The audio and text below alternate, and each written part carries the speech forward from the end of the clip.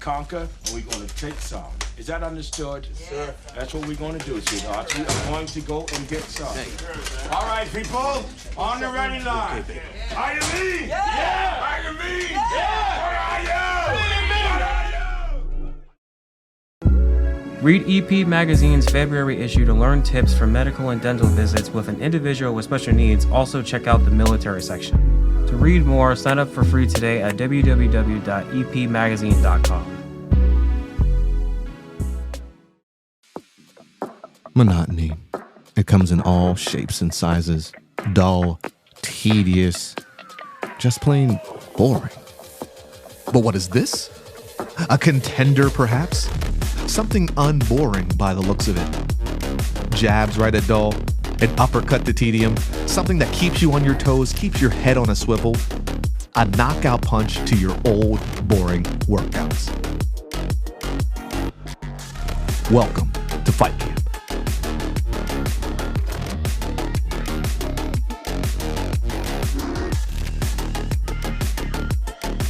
Oscar Mike Radio is a proud podcast partner of Reach Across America Radio, heard every Thursday at 11 a.m. and Sunday at 8 a.m. Eastern. They're also big supporters of the nonprofit I Got Your Six, 2 Lives at Once. And with every wreath you sponsor through Oscar Mike Radio, $5 goes back to this great organization dedicated to making a difference in the lives of veterans, law enforcement, firefighters, and first responders battling PTSD. 2 Lives at Once pairs these brave men and women together with dogs rescued from kill shelters. In this way, 2 lives are saved at the same time by saving each other. Donate now. Go to reachacrossamerica.org/Oscar Mike Radio to help. That's reachacrossamerica.org/Oscar Mike Radio.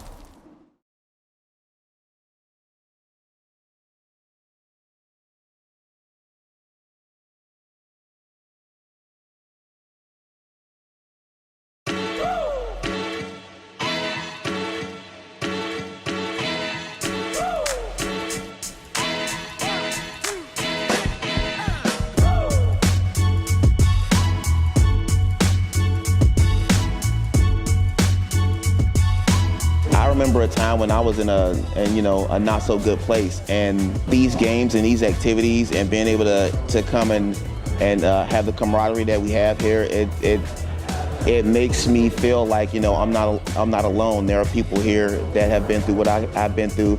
It makes me feel like I don't know, I'm part of something great.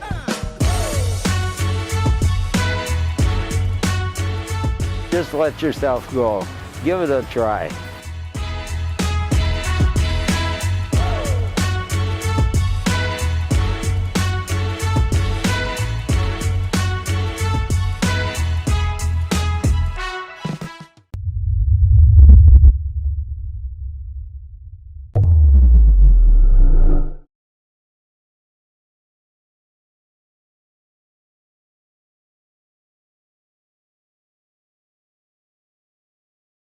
Welcome back. One of the last surviving members of the famed Tuskegee Airmen passed away over the weekend in Bloomfield Hills at the age of 100. A few years ago, I had the privilege to talk with Lieutenant Colonel Harry T. Stewart about some of his experiences in World War II and the injustice he faced being a black fighter pilot in a segregated military. As a way to honor Lieutenant Colonel Stewart, here's that story, which we originally aired back in 2019. Uniformly, with the exception of all people regardless of race, color, creed, or gender. It was retired Lieutenant Colonel Harry Stewart's childhood dream to become a pilot. That dream would come true, but not without exceptions. What was it like to fly the P-51? Oh, delightful. It was like an extension of my own arms and this type of thing. I was part of the airplane, and the airplane was part of me. The Bloomfield Hills resident talks in depth about his experiences as a combat pilot in a new book called Soaring to Glory. This is also a historical content in the book here. African Americans were not accepted for pilot training into the Army Air Corps until World War II, and even then only under the condition that they train as a segregated unit. Tuskegee Army Airfield was the only training base for black pilots. My feeling was that I'm vested in this country, I am a citizen of this country, and what I'm doing is fighting for my rights. By the age of 20, Lieutenant Colonel Stewart was at the controls of a P-51. It was his job to fly the bomber escorts for the B-17s and B-24s and protect the white crew members from enemy fighters. It was quite a responsibility and quite an onus on us to go ahead and be sure to protect those bombers to the best of our ability. He would go on to fly dozens of combat missions with the 301st Fighter Squadron, known as the Red Tails, shooting down German planes in 1944. By the end of World War II, he had become an American hero. But when he returned home, the same old, same old. It was just the same as when I left, and the opportunities were no greater or anything like that, and no benefits given as far as the training that you got and the new skill that I got. I personally tried to apply with 2 airlines that had offices in the New York area at the time there, and I was rejected because of my skin color. When I got out, I couldn't find any what I would call a decent job at all, and I ended up as a baggage man on the railroad, and this was in Pennsylvania Station, New York. And I worked down 3 levels underground in what was like a dungeon, taking bags of magazines off of a freight car. It was a dirty job. He later went to school to become an engineer, working his way up the corporate ladder to the executive level. In his retirement, he spent time introducing aviation to young people, teaching them to persevere by not letting failures or hurt feelings waste your energy. The same message he hopes readers will take away from his book. I think I'd like it to inspire youth, mainly, and from the standpoint of pursuing their dreams and going after their dreams aggressively, and don't let defeat down them. You're going to run into disappointments and things like that, but keep your eye on the prize.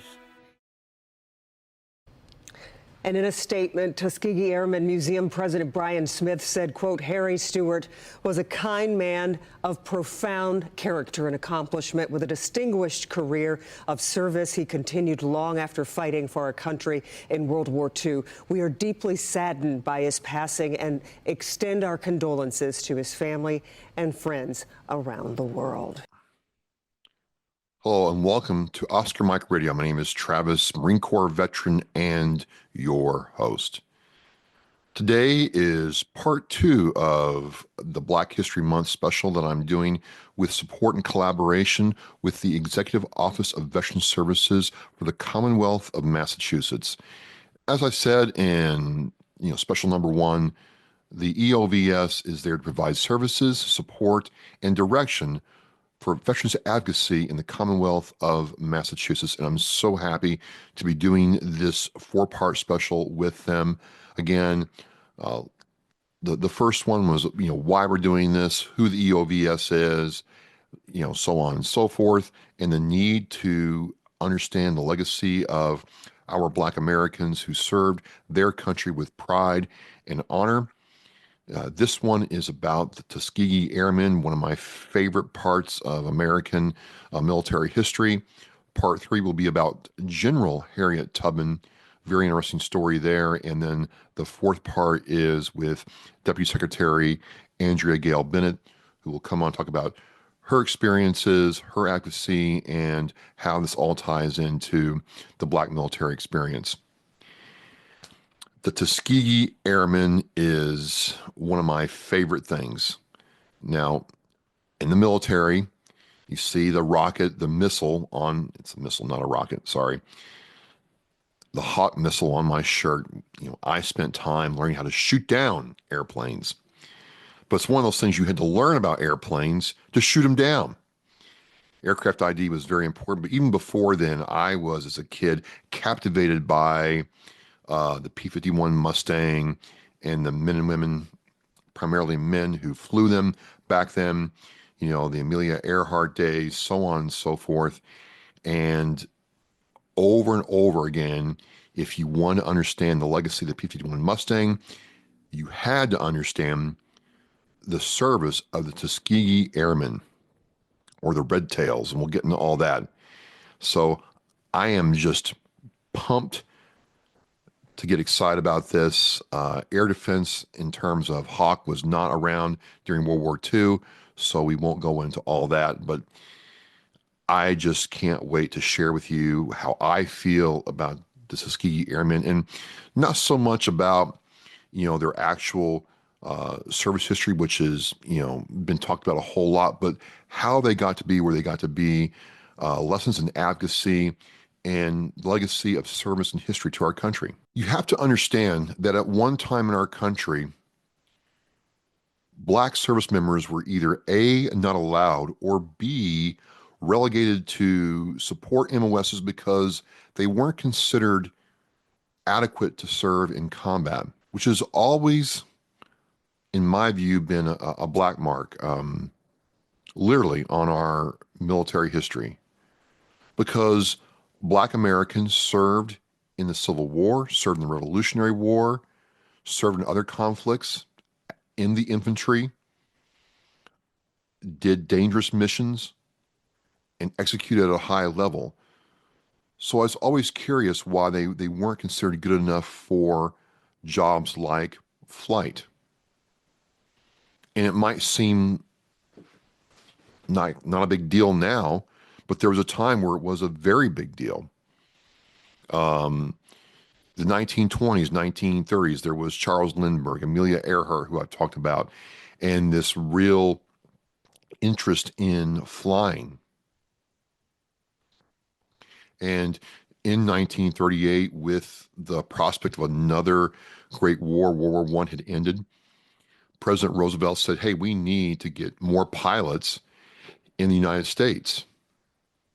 And so they put out this call to train a lot of civilian pilots and get them trained as civilian pilots, so if a war did happen, they could jump into aircraft and fly military aircraft.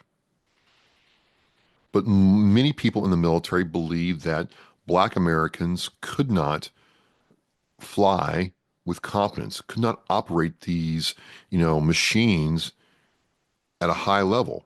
And so the NAACP and other entities began to, you know, campaign for this.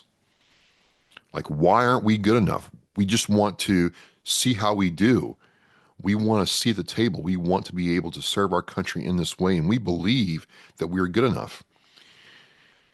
And, you know, one of the things that came about was the White House agreed to set up a program at the Tuskegee Army Airfield in Tuskegee, Alabama, and start this program. And Tuskegee is notable because it was the home of the prestigious Booker T. Washington School, right in the South. And, you know, Booker T. Washington did not serve the military, but he certainly had a profound impact on America and Black Americans. So in 1941, there were 13 members of the first class to go through this. And one of the first men who distinguished himself was Benjamin Davis. And he was the son of a Brigadier General Davis, one of two at the time, two Black officers in the military at that time, other than chaplains. So think about what they went through to be serving in that capacity and to get to the rank of Brigadier General. And so the class started. But it wasn't until Eleanor Roosevelt went to the airfield to check on, you know, the Tuskegee Airmen and see what was going on that this program really got, for lack of a better term, wings. whether it's allegedly all like documented. She went down there and she wanted to fly in one of the aircraft, which was a complete not part of the agenda. And they're like, well, ma'am, we're not sure about that. We're not, we don't know how we can allow that. And she's like, well, I want to fly with one of these aviators. And if you've trained them, right? You trained them. Yes, ma'am, I have.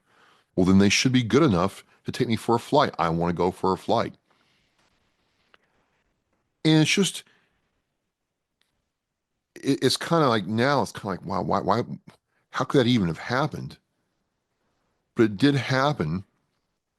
And because this woman, the first lady who said, you know what? No, not, I'm going to, trust that these aviators are good enough and I want them to get this chance to serve their country, that this whole thing took off. Because the story goes, she got in the aircraft, went for a flight, she took some pictures, the whole time the thing landed, and she's like, well, why can't these guys, serve our country? Why can't they be, in a combat situation? Everything changed. And I think that's what I want to focus on. There's instances in history, and this is just one of them, where one person. So these black aviators went down there and, took the instruction, and in training aircraft, learned how to do the best job they could as pilots, because they wanted to serve, they wanted to fly, they wanted to serve their country in this way. So they went down to, Alabama, the heart of the Deep South, and dealt with some of the racist elements of being in the South, but still wanted to serve. So they had the opportunity. And then one person says, you know what? I want to fly with them. If a white person trained this black person to the highest degree of proficiency, it shouldn't be a problem. Can you imagine this happening now? Would, any of our first ladies in the last, 10 presidents do something like that? Maybe, maybe not. I don't know. Hypothesis is simply that. But the fact of the matter is, Eleanor Roosevelt said, hey, I want to go for a flight. And I think if nothing else that we get out of the Tuskegee Airmen story is one person can make a difference. One person raised their hand and says, yes, I want to serve this way. I want to fly. I want to be in an aircraft and serve my country. And then another person said, you know what? It's wrong that they don't have the opportunity to at least learn. And then another person said, hey, we're going to lobby for this at the White House, up to the president. We're not going to quit. We're not going to stop. Maybe I'm too old. Maybe I'm too this or that I can't fly. Maybe I can't see. But I can raise my voice for those that want to serve. And then, someone comes down from all parts of the country and says, I'm going to try out for this program and learn what I can. And all these things happen, but it's still not good enough. And then one other person comes in and says, take me for a flight. I want to fly with you. You're good enough. I believe in you, and I want to fly with you. And so to me, the wider message here is not, and it is, because, we'll get into their service here in World War II here in a minute. But I think the main point I want to get across for anyone, and why this story is timeless, and why it should always be told, why it should be part of, military curriculum, why it should be part of our history, is the fact that anybody at any time, if they see an injustice, can raise their voice and say, this is wrong, we want change, and we want to have a seat at the table. Because that's all they were asking for. We believe we're good enough. We've served our grandparents, our parents, our great-grandparents served this country, and we want our chance. We want to serve. We want to serve in this way. How do we do it? And a lot of people came together to make it happen, but it took one person at a time saying, enough's enough. This is wrong. We want to change. And to me, whenever I read about the Tuskegee Airmen, that's the lesson I get. It's not good enough to be on the sideline. It's not good enough to be on the runway watching the planes take off. You have to raise your voice. You have to raise your hand. You have to be counted. And then you got to go make change.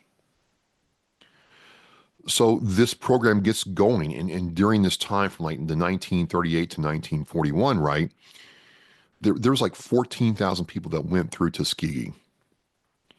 So in 1943, think about it, it took, 5-6 years to get this thing going. The 99th Pursuit Squadron deployed to North Africa. Hot, dusty. I've read several stories where, B-17 and, other aircraft mechanics, the bullets were bad enough, but it was the dust in the engines that really, made, the aircraft hard to keep in the sky and keep operational.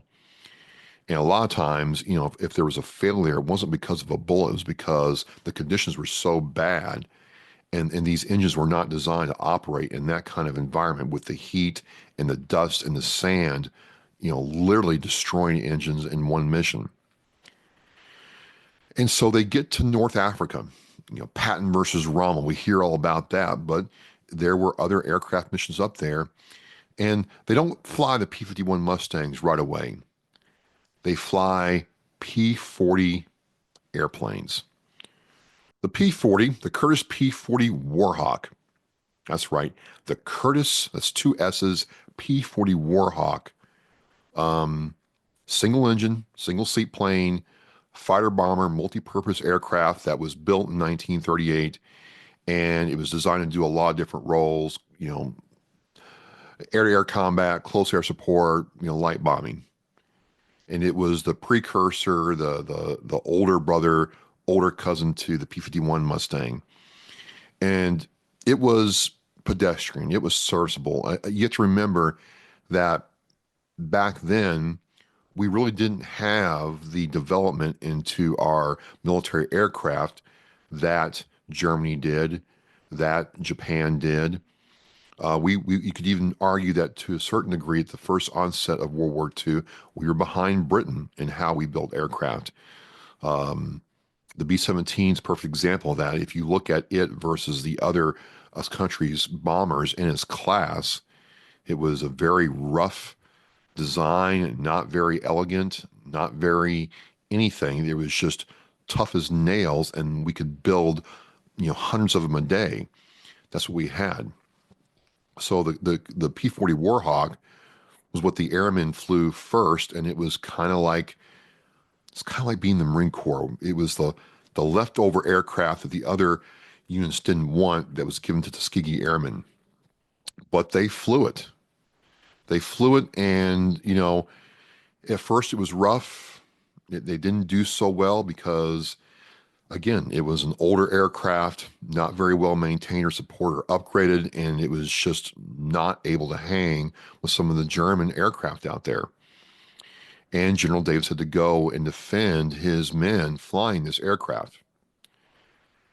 Well, they removed, the 99th was moved to Italy, and they served along the 79th Fighter Group. It wasn't until 1944 where, 99th Squadron pilots started getting a lot of kills on Germans. In February 1944, the 332nd Fighter Group was formed, and these aviators got to fly the P-51 Mustang.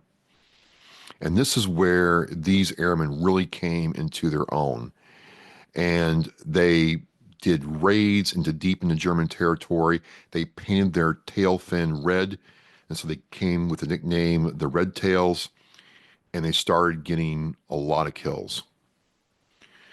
And they did escorts for B-17 bomber groups. They did raids. They did a whole lot of other things. And the story goes, out of the 200 escort missions this group flew, they didn't lose a single one. Now, I've read different things on history.com and other things that's not necessarily the truth. They did lose, bombers. What I've been able to see is the analysis showed that that group lost 25, 26, 27, somewhere in there. But it was drastically lower than their white counterparts who lost anywhere during the same time period, same unit. Their white counterparts lost upwards of 50 bombers. And we consider the number of crew each bomber has. There's 2 pilots, a navigator, a bombardier, tail gunner, 2 waist gunners, a belly, and a nose gunner, and the top dorsal gunner, times 50 times 25. There's a lot of lives that are lost when one of these things goes down. And so they were so good that the Germans, would see the red tails and say, no, we're not even going to try this. We're out. And again, the war was kind of winding down. Hitler could not field the Messerschmitts the way that he could in the earlier parts of the war. A lot of those pilots had gotten killed. The people replacing them were not as good as they were, 3-4 years ago in the war.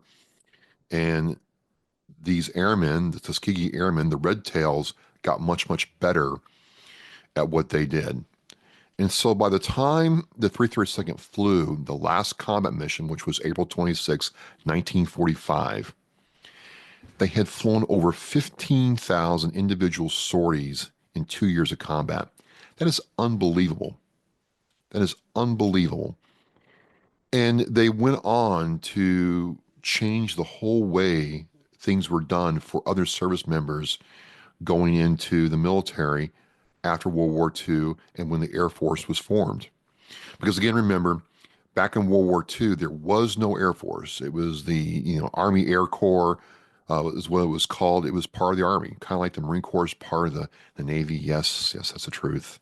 We're part of the Navy. The Air Corps was a division of the Army, and that's how it was until the Air Force was formed.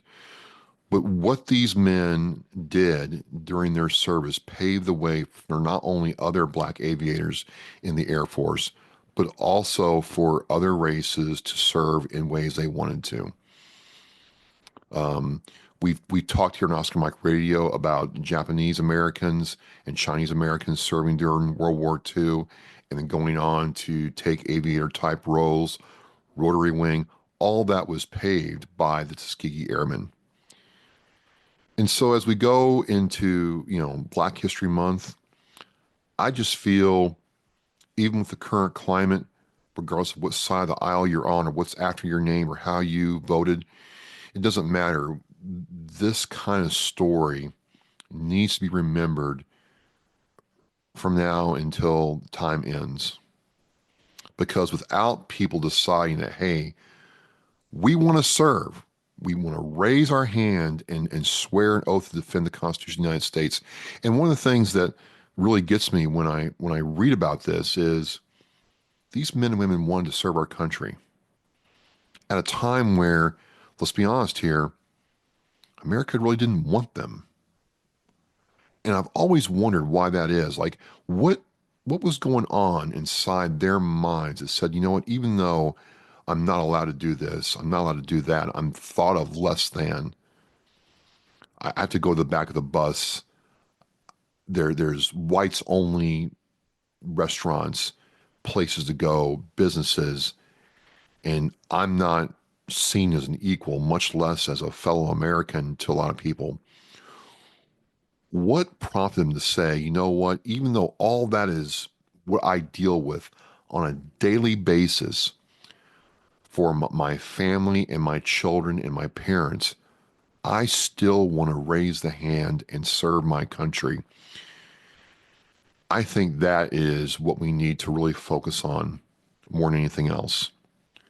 That and one person said enough's enough. I deserve to serve. I deserve to be here. And you know what? I want to go on a flight with one of these aviators. There's a lot we can learn. And the reason I think this needs to be told, and the reason I'm so happy to get the support from the Executive Office of Veteran Services for the Commonwealth of Massachusetts, is the fact that we should not forget. We can never forget, ever, And so I want you to watch this, learn from it. I'll have some links to different, information sources I use to build this show in the Oscar Mike Radio show post. I'll have the link to the Executive Office of Veteran Services for the Commonwealth of Massachusetts. You can go there and learn about what they do and how they serve veterans in the Commonwealth. And again, I'm really, really pumped for the Harriet Tubman story. I mean, talk about an original badass. She is absolutely one of them. I just can't wait. So next on Oscar Mike Radio, because we did this at 7 p.m., at 8 p.m. coming up next is On Mission Motorsports with 22-0. So I met On Mission Motorsports through the 22-0 organization. They have an interesting story, a husband and wife team. You won't want to miss it.